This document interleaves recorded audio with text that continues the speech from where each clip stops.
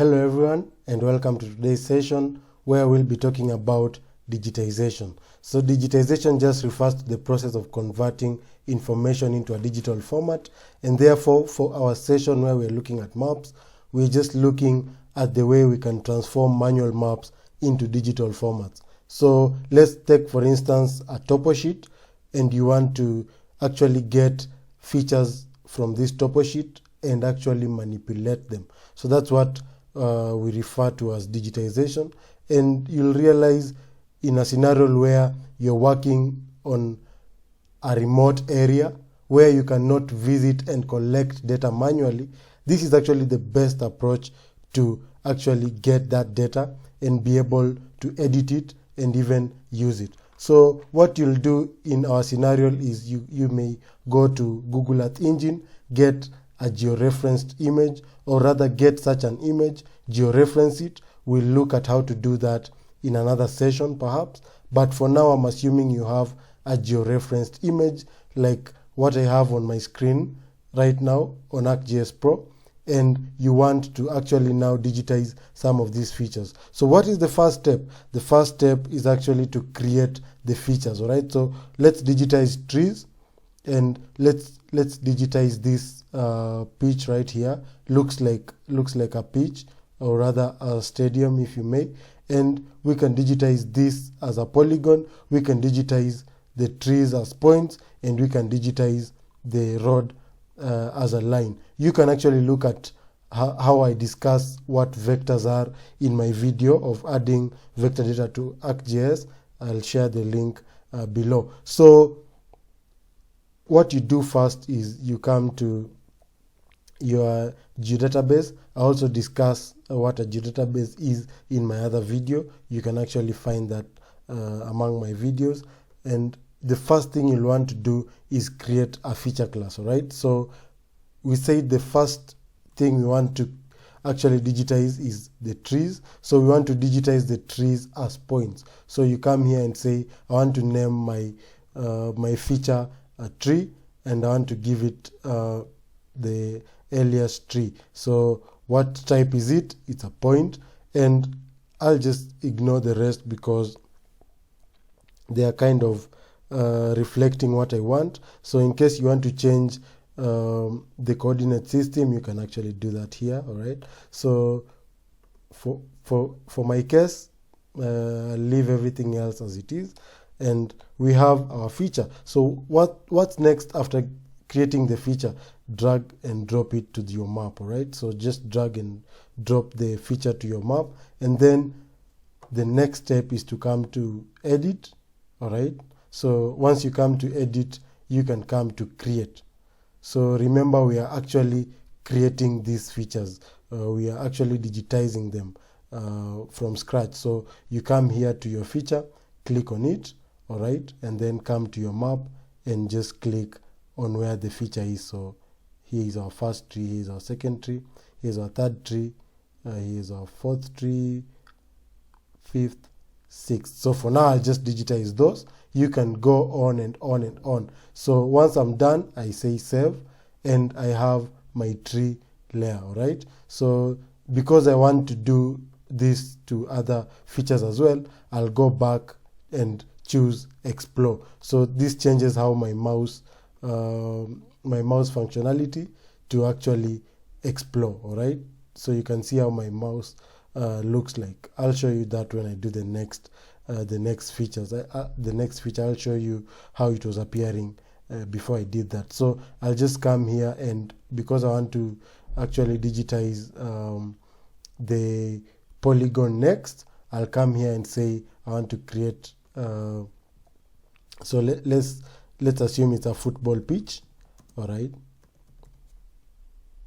Sorry about that. So let's assume it's a football pitch.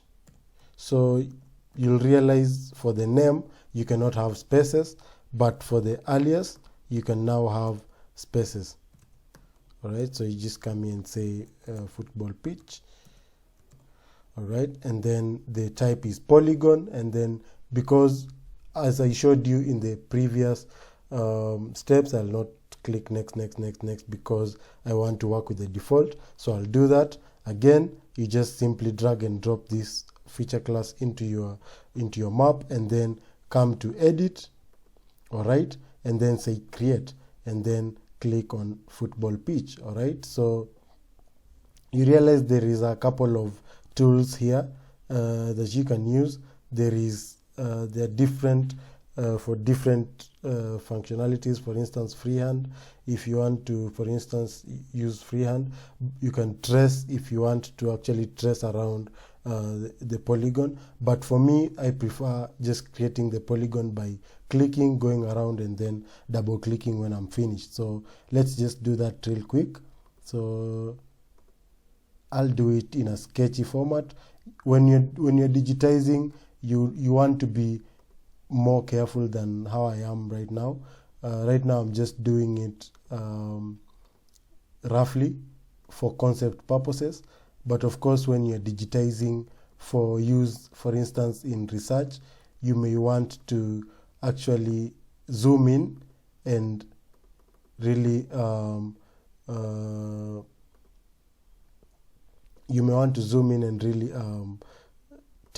take your time. So I've just gone back because I'd already finished my polygon, and there was still something appearing. So this is how the cursor looks like. So if you can see my cursor right now, so it is actually in edit mode. All right, so I want to actually just go back to explore mode, and now my cursor changes and it becomes more friendly to actually use to create another feature. So I'll go back here and now create our final feature, which is a line, and I'll just say rod. So we're going to create we're going to digitize a rod. So I'll just come here and say this is a line, all right, and then finish. So let's digitize a small rod. So let's digitize this rod here, just partly, all right, for concept purposes. So we come back to edit, and then you say create, and then you come to so you'll realize it's not appearing here, and the reason is I've not added it to my map. So that's the reason why we were actually drag and dropping. So you drag and drop it to your map. Once it's on your map, you come back to create features, and you can see that now it appears here. All right, so you can come here and say I want to digitize the rod, all right, and then you can come for instance, let me just start here. All right, so I'm just going to digitize part of it. You can actually do this, you can practice more. So that's it. I have my, so if I unselect my always remember to save. So if I unselect my image, you can actually see that I have digitized my line, my polygon, and my points. All right, so you can actually come here and symbolize the tree to be a tree. All right, so let me just search for tree here. All right, so you can actually make your tree look like a tree. All right, so yeah, and you can actually come to your road and symbolize it as a road. All right, so let's say it's a highway, and you can actually come to your polygon and also symbolize it the way you wish. All right, so we'll look at symbology in full in another session, but for now I just wanted to show you how to actually do digitization. I hope you've learned how to digitize, and I'll see you in the next session next week, where we'll be looking at clipping and buffering. So if you have learned something from this video, please tell me below if there is anything more you'd like to know, and I'll sure respond to you. Don't forget to like this video and subscribe so that the next sessions are easy to access. See you next week when we'll be talking about clipping and buffering. Thank you.